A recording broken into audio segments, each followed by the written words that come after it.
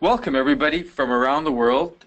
My name is Keith Martin. I'm the Executive Director of the Consortium of Universities for Global Health based here in Washington, D.C. And welcome to this, one of our ongoing webinar series, Issues in Global Health.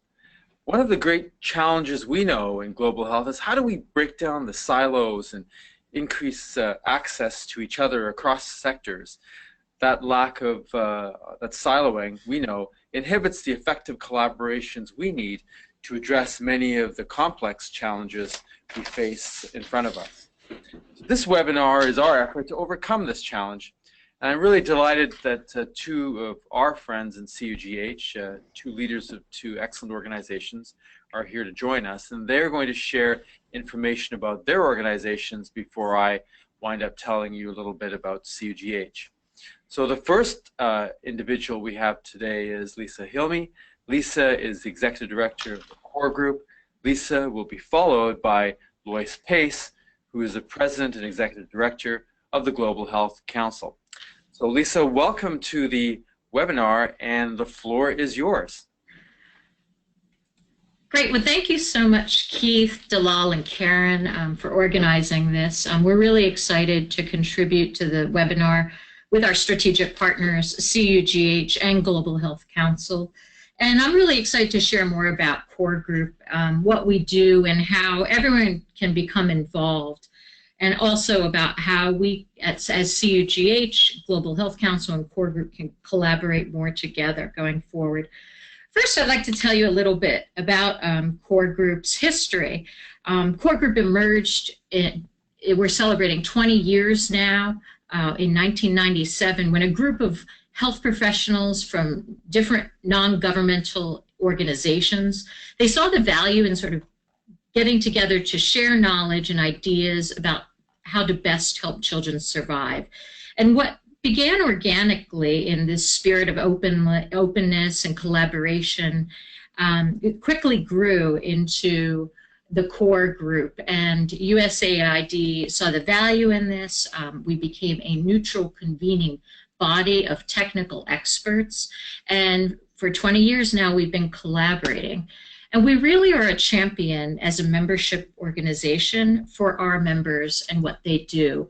And we convene the global health community to share evidence and best practices, and then translate these into real world with direct impact in the country, at the country level and the global level. Our overall mission is to improve and expand community health practices for underserved populations, especially women and children, through collaborative action and learning. And our vision is where communities, where everyone can attain health and well-being.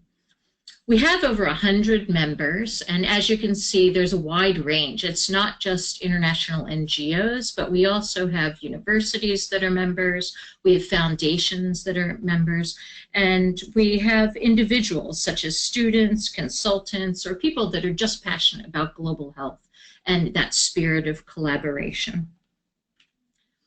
Now, what does Core Group do? Well, we can say that we do four things. We strengthen programmatic impact, we facilitate learning and knowledge management, we optimize preparedness and response, and we partner on global projects and initiatives. And I'm going to tell you a little bit about each of these in 10 minutes, less than 10 minutes now. And then I'm really excited to hear your questions from the folks that are participating globally. So Core Group strengthens programmatic impact, and how we do this is that we translate science into community-based programming approaches, we develop common monitoring and evaluation systems, and we, through our membership and as a convener, we implement consistent and high-impact interventions. So for example, we can convene different members such as Helen Keller, Mercy Corps, and other NGOs involved in nutrition. And they organized an adolescent health project in Niger with the help of the Essential Nutrition Action Framework and the Care Group model. And these are just several examples of programming that exists at the field level with multiple members working together.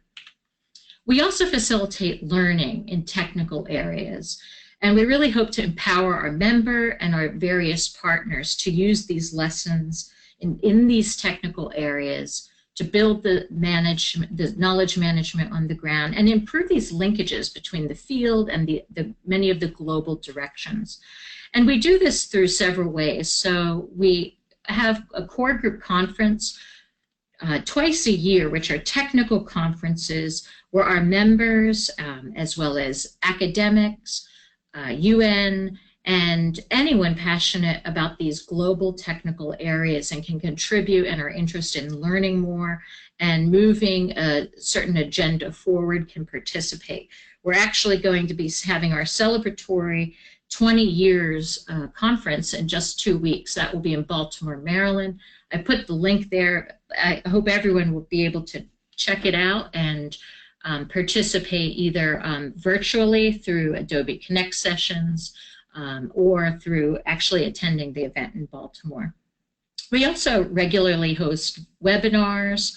Our core group, working group listservs, they host active discussions around the world. And so, for example, a recent conversation was a request for feedback on a household survey. Another dialogue that might request certain resources in French or English or Spanish, and people connect and help each other out. We also optimize preparedness and response. And we do this by aligning some of the NGOs, the governments, UN on key messages, strategy, and approaches, as well as helping mobilize our membership. So right after Zika last year, we had our membership come to us and said it was a bit disorganized at the ground level. Can we get our membership together and start having some more coordinated discussions on the Zika response? Another great example of this is H2P, where it was a 5-country pandemic flu project in which core group members in 5 of these countries scaled up the pan flu guidelines and modules. They conducted simulation and training, and they worked with the governments and the communities to ensure pan flu preparedness. So we are a convener and an umbrella, and since we're neutral, people trust us to help move the process along without any competition. We also partner on global projects, and some of these are just examples. The TOPS project, which is a food security and nutrition project, USAID's flagship maternal child survival program in 25 countries, Core Group Polio project, which has been going on for 17 years, and then the Rio Resilience Project and another nutrition, Eleanor Crook Foundation RISE initiative. How can you get involved, you might ask? Well, you can join a working group. You don't have to be a member to belong to a working group. You can go to that web address right there, and we have several key areas for our working groups. Child health, reproductive, maternal, newborn, and adolescent health, social behavior change, M&E, and community-centered health systems strengthening. And they're very dynamic. There's a work plan every year, and there's very key deliverables that our working groups collectively produce and sponsor around the world. And as core group, since working groups are our bread and butter and we support this collaboration, we make sure that we earmark funding. So if there's a resource or a module or a training that wants to occur by a certain working group, we'll make it happen. And then we also have various interest groups, which are great resources and listservs to learn things and share information. Again, you can get involved by attending the Core Group Global Health Practitioner Conference. This year, we're celebrating the 20 years, as I mentioned, and next year we're going to switch it up a bit, and we're going to have one in the United States, and then we're going to start going to the field and going to have conferences at the ground level regionally. So that's an exciting shift for us. What do you get? You can join as an organization or individual member and receive various discounts. You can collaborate, network, meet new folks, become involved in really cutting edge science for on the ground development of programs, and also disseminate and promote your work through a global network. Additionally, you can connect with our International Community Health Network, which has over 3,000 community civil society organizations on it, as well as our donors, as well as foundations, UN, Gates, the list goes on, as well as core group members. And you can share your news, resources, events. And again, it's very simple. You just go to this website here and you can put in your email, and automatically you're connected to thousands that are technical experts around the world. And also you might think about partnering with core group and its members. And we have many projects with universities, with different INGOs, the United Nations, professional societies, and we always welcome new partnership and really helping to move an agenda forward. So I know that Global Health Council and CUGH, we've talked on several levels, and I'll give you an example. The core group members were really interested in learning more about advocacy. So I reached out to Global Health Council and I said, can you help these technical people and maybe do a workshop on the advocacy, both here in DC, at the global level and the country level. So this is just one area of partnership amongst my colleagues on the line. We also have a young professionals network, and our mentorship program will be beginning soon. So feel free to sign up for that. We have student members, and we have various internships available throughout the year to work on our working groups or on more substantial projects. We really are committed to giving interns and students a real experience in global health and not just administrative duties, although there might be a little bit of that. So for example, we had an intern from Harvard over the summer who worked on a WHO survey and research project. So that was really exciting. And at that point, I think it's almost 10 minutes. So I will welcome you to keep in touch with me.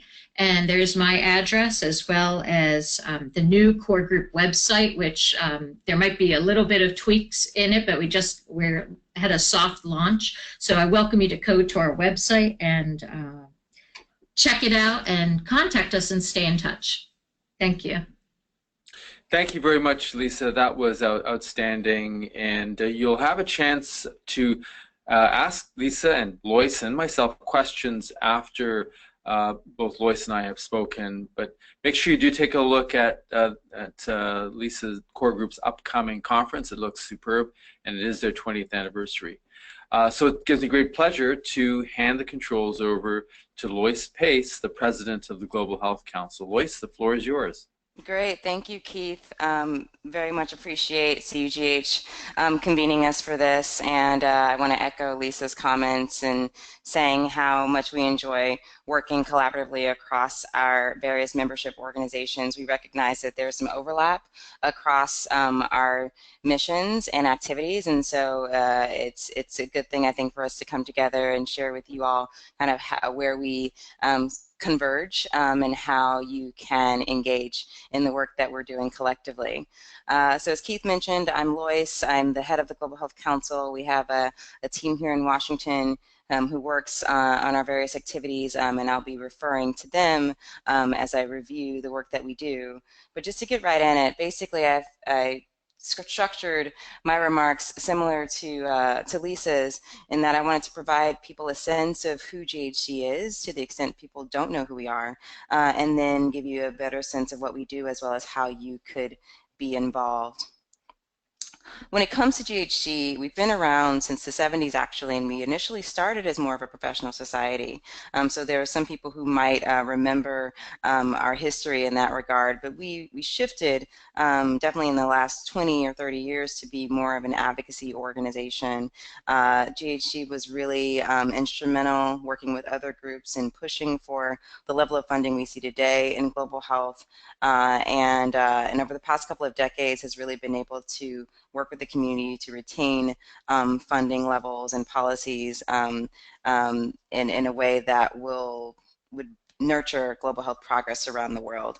The way I like to talk about Global Health Council is, given our focus here in Washington or in Geneva and New York on policy and advocacy, or even at the capitals in certain countries, it allows you all to be that much more effective in the work that you're doing on the ground. So to the extent we have implementers on the phone, I think that's an important link to make across policy or advocacy and programs or implementation, really seeing us as a group that can help promote the work that you do, the stories that you can tell in a way that will encourage continued support and investments for that work so that you can continue to be that much more successful. So that's essentially what we try to outline as part of our mission statement and sort of statement of purpose is really ensuring that there are robust policies and investments for global health that allow us all to be successful in improving health worldwide. And again, similar to the missions of CUGH and Core Group, we believe in this power of collective action and collaboration across sectors. And that's something I want to emphasize as well, that we have members not only in the NGO community, but also including the private sector or corporations, academic members or universities, as well as individuals, so not just institutions. And so we believe in a Big Ten approach to sort of harnessing the power of the collective voice, because again, we're all in this together when it comes to improving health worldwide. In terms of what we've been able to achieve, this is a snapshot from our annual report last year, just getting people a sense of the power we harness across our various stakeholders, really looking at the revenue that organizations in particular bring to the table across global health, the stakeholders, or specifically the employees that they employ worldwide, and importantly, the topics that are covered, or the countries in which the various organizations or individuals operate. And something that's new for this year is we were able to come into 2017 with the new strategic plan, having wrapped up our plan from 2014 through 2016.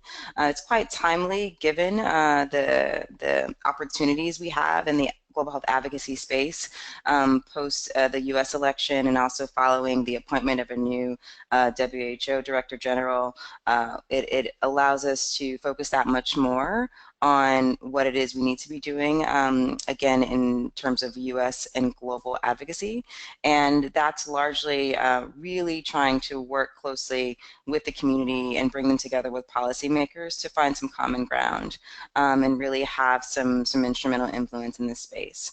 And so the way we sort of talk about our roadmap is threefold. We really want to get back to basics, particularly these days with this incoming leadership, and reframing the global health narrative and helping people understand who we are and what we do, why and how, kind of getting back to basics in global health, and ensuring that we are bringing along both existing and new champions for our work. We then, once we sort of give people a better sense of our message and more importantly, our impact, we want to be sure that we are all on the same page as a community, and that we're coming to the table with joint recommendations across a number of global health priorities and programs. And so there's this idea of really fostering consensus across the community, which can be hard work, but particularly important in a climate where there might be increasing questions about the value of global health, or again, people who just aren't as familiar with the work that we do. But then finally, we're hoping that this allows us to really fight for progress and change, and again, this improvement of health and well-being.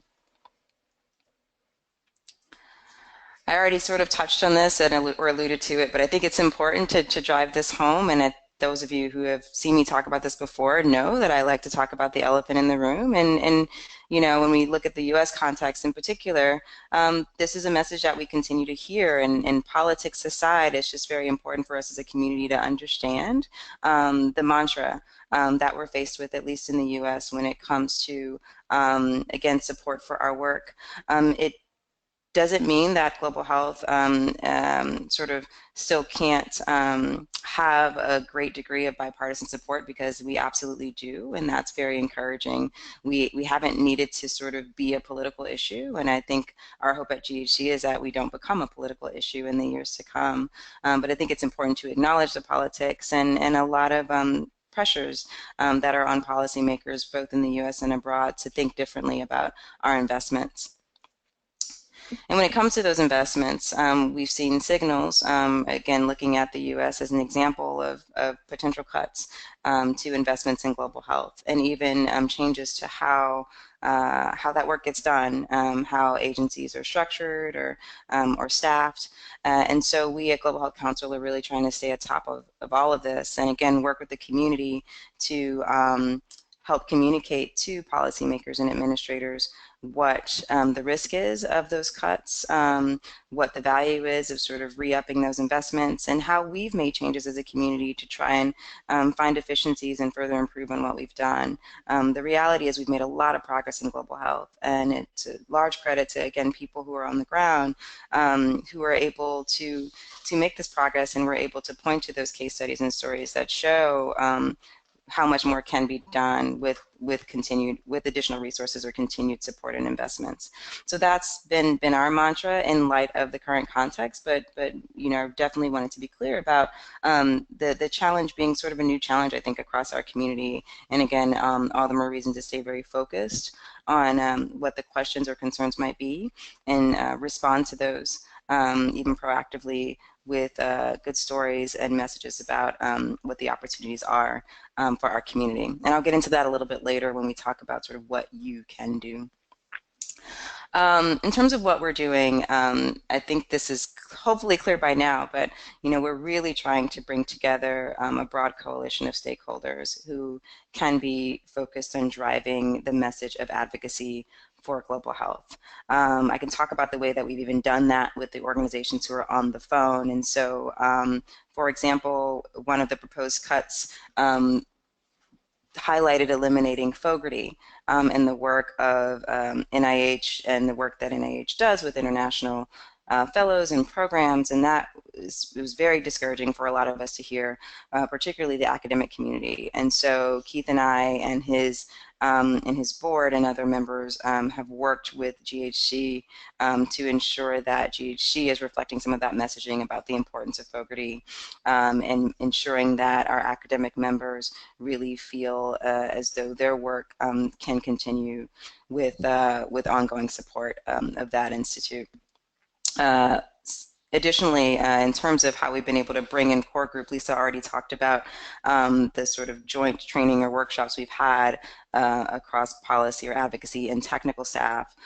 We also have been able to engage core and Lisa specifically as part of our conversations with the USAID on their redesign process. And so as staff there look at how USAID will continue its work moving forward in light, again, of the proposed cuts by the White House, we are at the table with the likes of Core Group and other members, really talking about how that could impact the work on the ground. Some other things we've done by way of example is earlier this year, people might be familiar with our Global Health Briefing book that we launched. It's a report that we launch every other year to coincide with the new Congress that actually publishes these consensus recommendations that I referenced earlier. And so kudos really go to the community in terms of bringing this together, but we work across various priority groups and organizations to author recommendations and case studies across a range of global health issues. And then we present this sort of like a, for lack of a better word, kind of a global health Bible. It's a really great resource for people on and off the Hill to understand the range of issues across global health and the current asks of the community. We also work across the community and some formal roundtables that represent these various global health issues. There are several that we take a sort of a leader or co-lead role in helping to organize or convene, but there are a number of other roundtables that work independently, and some of them had launched under GHC in our former days, but have continued to function independently on their own with leadership from other organizations. And so what we try to come in and do is provide support for those roundtables in any way that we can, and more importantly, connect the dots across the various issue groups, recognizing that all of these areas represent kind of a larger pot of global health. And again, today, we find ourselves talking a lot about global health broadly and kind of the top line of global health, again, for new policymakers or other potential targets that we have in the advocacy space who don't necessarily know the details of global health and all of the various issues we cover, and might not be able to receive a message that is too specific at the very beginning. It's helpful for GHC to come in and say, okay, well, this is what global health is at a very high level. And here are some examples of what we cover and what it would be important for you to support. So that's the function of the roundtables and our role in the roundtables, more importantly.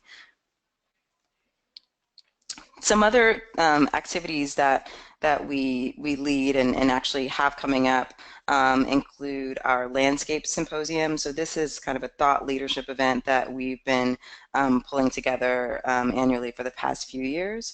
It's really intended to be an opportunity for high-level stakeholders, executives, and the like to come together and address policy issues. In particular, this year, we're looking at sort of the changing landscape of global health, given the state of affairs, from White House to WHO. And so our hope is to bring together a group of leaders across various organizations and sectors, as I mentioned, to have this discussion about how we respond to the current policy climate. And then it's also potentially an opportunity for us to bring others up to speed who aren't as or haven't been as engaged in the advocacy space as people who say wear a policy hat. And so we're hoping to open this up as well to technical staff, to planning staff, and other executives with roles in organizations who might be able to surely educate policy and advocacy stakeholders regarding, again, the impact of any changes to, say, the structure of USAID or cuts to programs, but then likewise, policy and advocacy leads can help educate technical planning and other staff regarding sort of what might be coming down the pike. And so we're just hoping that that can be a helpful exchange of information at the end of the year and going into 2018 and beyond. We also host a delegation of members to the annual World Health Assembly. We engage at things like the UN General Assembly next week as well, but WHA has really been a banner event for us in terms of bringing 70 plus members annually to Geneva to engage in the various discussions there and side events. Our members find it extremely valuable, not just to come in under a Global Health Council banner, but also to have important side meetings just on behalf of their organizations with various missions from other countries. And so I wanted to highlight as another activity that we lead as well. In terms of what you can do, I think it's really basic. I don't think you have to be in Washington to make a difference, and certainly there's great value to not being in Washington and making a difference. We have a pretty robust online community at GHG, and to the extent that we can, we really would love to just hear more from people in the field and even from people say, across the U.S. who are interested in this issue, who care about this issue of global health, and who can tell their story. We want them to speak up and do so, and kind of help our messages become that much more compelling as we stay in front of policymakers and other people in power. We think also, in addition to just sharing your story, I think being engaged as official members, as formal members of GHC is always an open invitation to people who'd like to be engaged. Again, as I mentioned, we have institutional members. So at the organizational level, we invite people to join from nonprofit and for-profit entities, including academia and other institutions. But we also have individual GHC membership for those folks who wouldn't fall under those categories, and so you can access that information at the link that we provide on the slide online. In terms of the benefits that you receive, it's similar to what Lisa shared as well in terms of we have a regular newsletter that goes out. We have discounts on events. We convene other discussions of the global health communities, in addition to sign-on letters and other opportunities to really have your voice be heard collectively around the global health issue. And I'll end with that. I think, really issuing a call to action to everyone to see yourself as a global health advocate is something that I want to be sure I do as part of this. allow your voices to be heard. Let us know how we can elevate your voice. It can be as simple as getting on social media, contacting your member of Congress, but otherwise just spreading the word about global health and making sure people understand, again, what we do, how we got here, and why it matters. Thanks again for your time, and I know we're going to save questions for the very end, and so I look forward to answering those at that time. Great. Thank you very much, Loyce. That was excellent. And again, as you said to everybody on the webinar, you'll all have a chance to ask both Loyce and Lisa questions about their presentation. And make sure you do have a chance to go and attend not only Lisa's upcoming conference for the 20th anniversary, but also, as Loyce mentioned, the GHC's event in December here in Washington. So as I started off, I'm the executive director of the Consortium of Universities for Global Health, and what I thought we'd do is share a little bit about where we came from, what we're doing right now, and some of the exciting things that we are doing not only together with our partners like GHC and CORE, but also our broad ecosystem of actors in this space. So CUGH was really founded in 2008 with funds from the Bill and Melinda Gates Foundation and the Rockefeller Foundation. And the genesis of it really was this huge interest in universities coming from students who were very interested in global health. And at that time, in 2008, a group of over 24 leaders from primarily the US and Canada got together and said, look, we've got to deal with this and make sure that our students are able to get the experience and be involved in this growing area. In September of 2012, a permanent secretariat was started here in Washington, D.C., and we started off with 53 members at that time, mostly here in the United States and in Canada. But now what's happened in that time is we've grown dramatically to now we have 163 not only academic institutions, but we have associations like the American Association of Veterinary Medical Colleges. We have members from all over the world.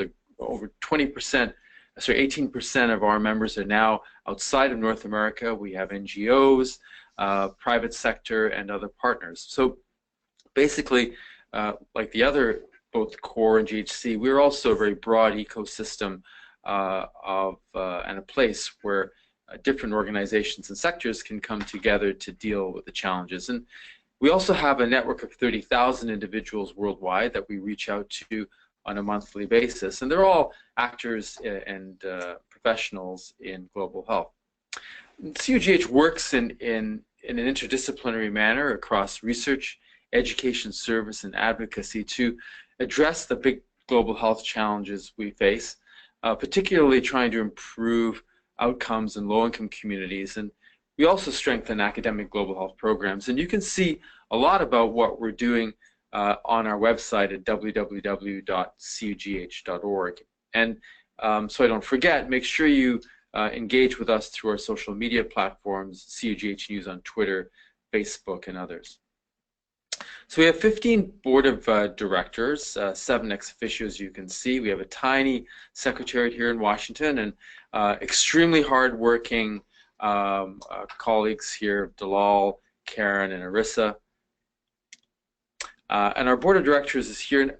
And the goal of CUGH is to make sure that in our board we have representation across gender, geography, and discipline. And on our board we have veterinarians, we have lawyers, obviously doctors, nurses, and also sociologists, to name a few.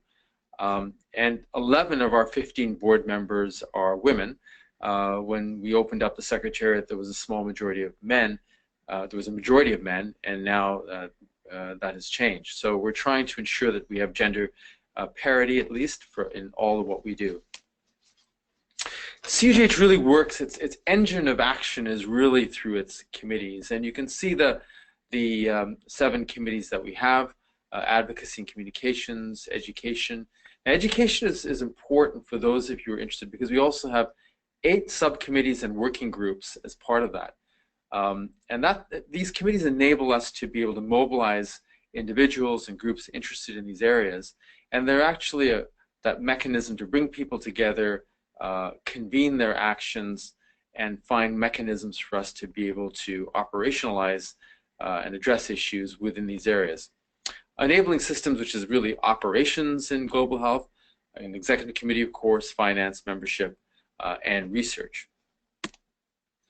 Our education subcommittees I referred to, and they do everything from capacity building in lower income countries to planning the conference, developing educational products that are not only relevant to high income areas, but importantly, that committee seeks out educational products and case studies, curricula for low resource communities. We define competencies in global health, and some of that's been published in the Annals of Global Health, and we've done a tremendous job of identifying those competencies. We also have a mentorship program through our Global Health Program Advisory Service that John Ripp runs, and as you can see, other areas that we have there. The Trainee Advisory Committee, I'll get to it, but that's our mechanism for engaging with students. So we create a space dedicated to students, and we make sure that our student reps are actually engaged in all of what we do. The working groups are a little bit different, and they enable us to convene people who are interested in specific areas. I just named two there. One is the Global Health Ethics that Virginia Rowthorne from the University of Maryland works, and also our AfroHealth CUGH working group that connects African institutions with our membership to be able to build and retain capabilities within African institutions. Our website is there at cugh.org, as I mentioned, and on it you'll find important information about educational products, reports, events. We have, again, our capacity building site, member highlights, jobs and funding opportunities. And the jobs and funding opportunities are really only for members, it's the members-only access. But you'll also see the Academic Global Health Programs database. That's important because it will list information that you may want to find out about our members' programs. Upcoming events, we have our big global health conference taking place next year in New York City, March 16th to 18th, with satellite sessions on the 15th of March. So you can register now at cugh2018.org, and until the end of this month, you can submit your abstracts. And Loyce and Joanna Quick, who's the chair of the board of GHC, have both presented at our conference, and Lisa and the core have always attended our conference, so we're grateful for that. The theme next year is Global Health Disparities, a Time for Action. So please, by all means, register for the conference. We also have a number of awards there, so you can submit your name for those awards. Our other activities, we hold workshops that that are important to our members, and you can register now at cugh.org because we have two very exciting workshops coming up in the month of October. On October 2nd, with the Pulitzer Center for Crisis Reporting, we're running a communications workshop on how you can learn and improve your ability to engage with the media and the public. And October 16th to 17th, we have a compliance workshop on everything you need to know about being compliant when working with both USAID and CDC. These are very practical workshops run by experienced individuals. They are very popular, and so please sign up, share this with those in your community that could use this work, which is just about everybody, and attend. They're well priced and very useful. We run webinars such as this, and our advocacy and communications, as Loyce mentioned, we've been collaborating together not only with GHC and CORE, but also with the Center for Strategic and International Studies, IDSA, the associations of schools and programs of public health, and more, and how we can advance global health issues, champion issues that are important to the public, not only here in North America, but around the world, and really mobilize our community to engage both the public and policymakers on solutions that they can adopt to address the challenges that we face, everything from medical to non-medical challenges. I'll whip through this a little bit quickly. We have the capacity building activities we have. a global health advisory program. It's basically a mentorship program for global health programs that you can sign up for if you're a member, and a speakers bureau. Our student activities, our students run a big global health day, and I will draw your attention to the campus representative program. We have 38 campus representatives. These are students that are representing their campuses around North America. If you're a student listening to this and would like to join, the nominations close September the 15th, so please sign up. How to join CUGH? So if you're an institution, an association, organization that would like to join, please check out at cugh.org and you can find out how to join. If you're an individual who's involved in global health, you can buy an individual membership and they're well priced. So please join. It's our way of building our networks and collaborating together to be able to address the challenges we face. So I want to thank you very much for your attention, and I'm going to segue right now into your questions, and we've got quite a lot of questions that have come up. Loyce and Lisa, if you're ready, I'm going to, the first question that came up, Lisa, was for you, and the question was from Gail, and she wants to know how the core group, what the core group is doing in global surgery. So if you are doing some work in that area, please let Gail know. Great. Well, thank you, Gail. We do not have a surgery working group per se, but our members, and specifically even our board member from Smile Train, involves us in a lot of the surgery events. And for example, thank you to GHC, Global Health Council. I was part of the World Health Assembly delegation with Global Health Council, and we were able to attend the surgery roundtable event that took place during that time. If there is a specific area that you are interested in, or a tool or resource, I can reach out to our membership, and I'm sure I can find the relevant experts. And you can also join the CG community that I spoke of. And if you have specific questions or you want to advertise events regarding surgery, you can do that and send it out to that very large network of international stakeholders. Thank you, Gail. Great, thanks very much, Lisa. And just to the next question, Loyce, is coming to you, but to Gail, we have, we mobilized this year after some time with the University of Utah's great leadership, both the WHO, the American College of Surgeons, and the G4 Alliance, and we had a Global Surgery Day. We're hoping to do that at our conference again next year, and that'll be March 15th. So come to our conference and participate in the Global Surgery Day that we will be running again next year. Loyce, the question that's from Israel, he wants to know what whether the Global Health Council actually provides any grants for people working abroad, and also wants to know what the value is for groups outside North America to join the Global Health Council. Thanks, Keith, and thanks for the question. So with regards to grant making, that's a simple answer. We're not a grant making organization. We're largely an advocacy organization that pushes for resources for implementers and other stakeholders, if that makes sense. We are largely targeting governments or public sources of funding for those resources, and so at the multilateral level and also at the bilateral level. That leads me a little bit into what's in it for you, which is also a really good question. I think if you are an implementation organization or a researcher focused on global health, you likely rely on some source of public funding, and to the extent GHG can help influence the level of funding and also the policies that can either facilitate or hinder the work that you do, that's what we're focused on. So I find that a lot of members really sign up for GHG knowing that we are going to be their voice either here in Washington or in New York next week or in Geneva like we are every May, really pushing for robust policies and funding, because then that will allow them to be that much more successful on the ground.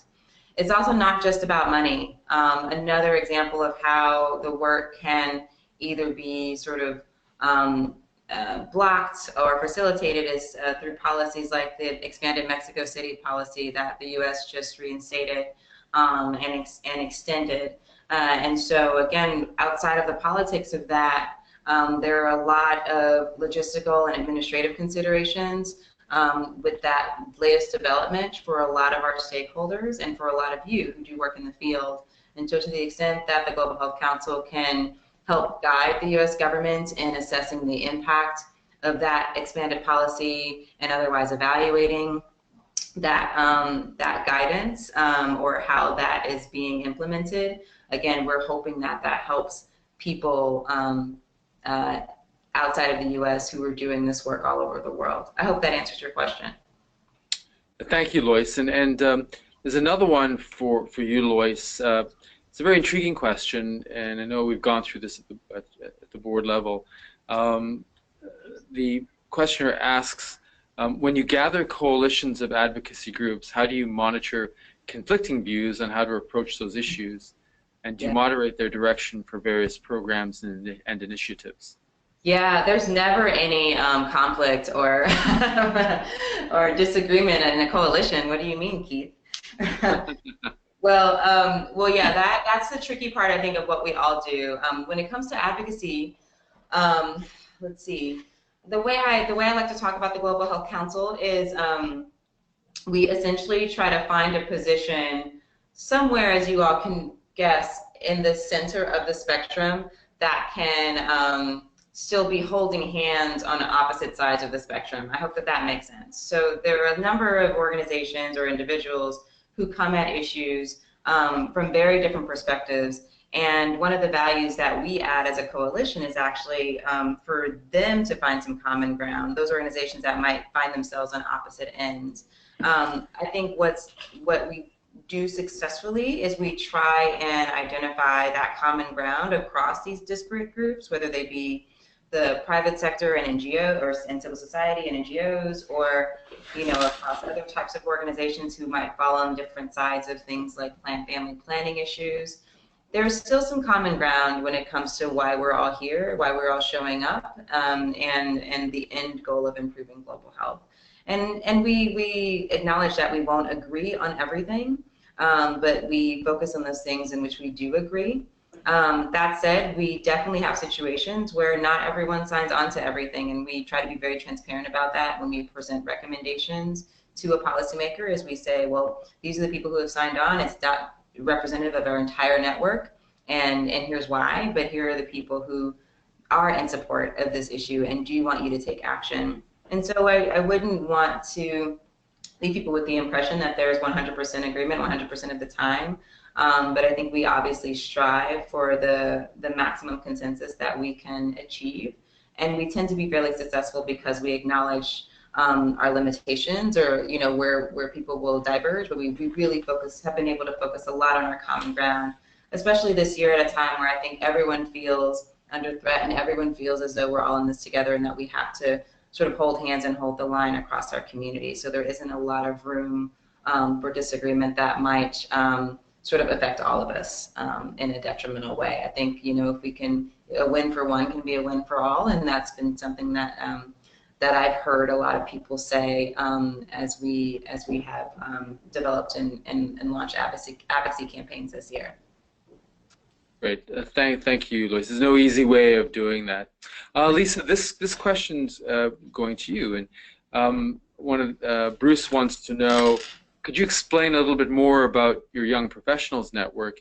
Is it something that would be valuable to medical students, or is it aimed at students and young adults planning global health careers? Well, thank you, Bruce. I think that as a nurse and a global health professional, that there's value in a multidisciplinary platform. So we don't want to just limit young professionals to global health, because I think both medical students, nursing, and other paraprofessionals that might be interested in global health, such as social workers or speech therapists, etc. They can all have some value for this collective program where people are learning as well as coming together for possible opportunities at conferences. There is also going to be the mentorship program that will be rolling out in the next year. And we try to have space at our conferences for students, whether it be through medical students or nursing students, whether through poster sessions, volunteer opportunities where you are really in the mix of learning. And again, I just like to emphasize that multidisciplinary approach to looking at global health is really needed for us to go forward. Thank you very much, Lisa. And just Bruce, in CUGH, again, we have a training advisory committee, and also we have our campus representatives, 38 of them around North America, but we're trying to expand those. And the students are involved in all of what we do. They have a half day during our conference, and they also have sessions during our conference that they run that are for and by students and for their needs. This is Sandra. This is a question to all of us, actually, and Loyce, I'll pitch it to you first, then Lisa, and then I'll go last. Do any of your organizations provide scholarships for global health projects or attending international meetings or tuition reimbursement related to global health? No, Sandra, unfortunately, this is Loyce from GHC again. We don't provide any scholarships or issue any type of funding for global health practitioners. So I'll go ahead and see if Lisa and Keith have other responses to that. Sure. Well, thank you, Sandra. And actually, Core Group learned from CUGH because CUGH has a great scholarship program that they put an appeal out. And so Core Group in the next year will be starting a scholarship program, and we've had one interested donor to start an endowment just specifically for a developing country technical folks to attend conferences. So thank you, CUGH, for your great program. Well, thanks very much, Lisa. And just we have, as you mentioned, we do have a very modest scholarship for those coming from low to middle income countries who are presenting at our conference. And if you are from an LMIC, please do sign up for it if you are coming and presenting at our conference. You can do that on our website at cugh.org. If anybody wants to support that effort, please feel free to go on our page and donate money, because we would love to be able to expand that effort. Lisa, this is a question for you, and how do, or actually Loyce, you too, how do CORE and GHC engage with universities? So I'll stay out of that question. Lisa, I'll let you go first. Okay, great. Well, it's actually in our strategic plan from 2014 to 2019 that we should increase our engagement with universities. So we try to do that in different ways. Our conferences are a platform where universities have presented not only some of their research, but also shared their various tools. We have, again, poster sessions, 90-second science, and an emphasis on implementation science.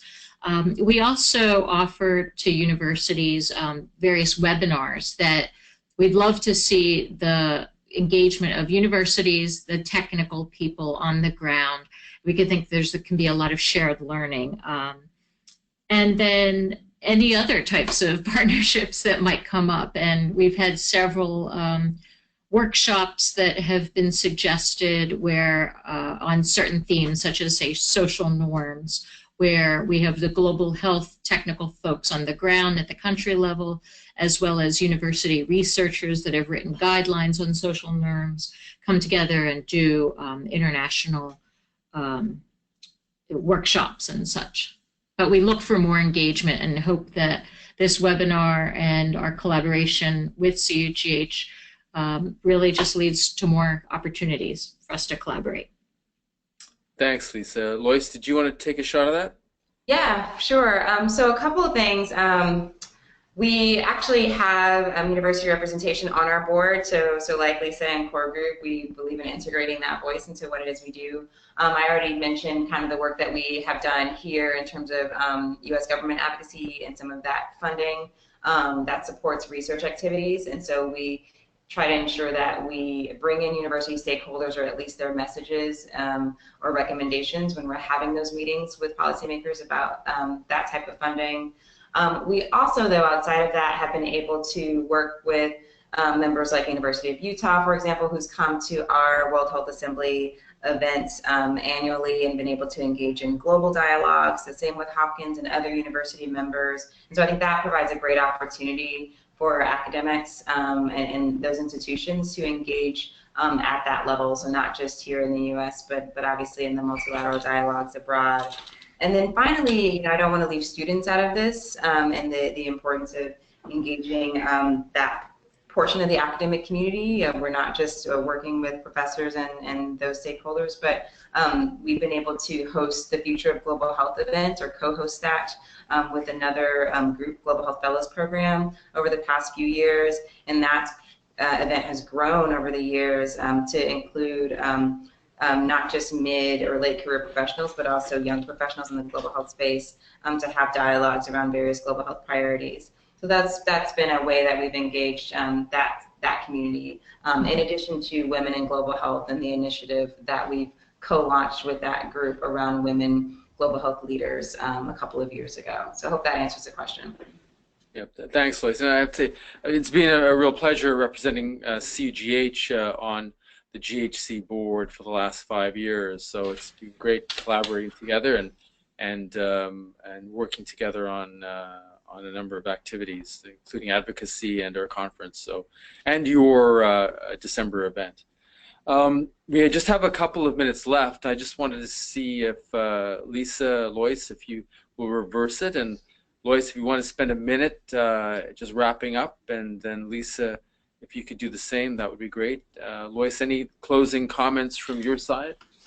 Yeah, sure. I'll try to keep it simple and say, look, we at GHC know that we can't do everything, and so we're very happy to be the advocacy voice and the voice here in Washington on global health. And so to the extent people are really trying to change hearts and minds around policies and funding, I think we're a good resource for you, and we enjoy bringing the community together around those issues in DC, in Geneva, in New York, and beyond.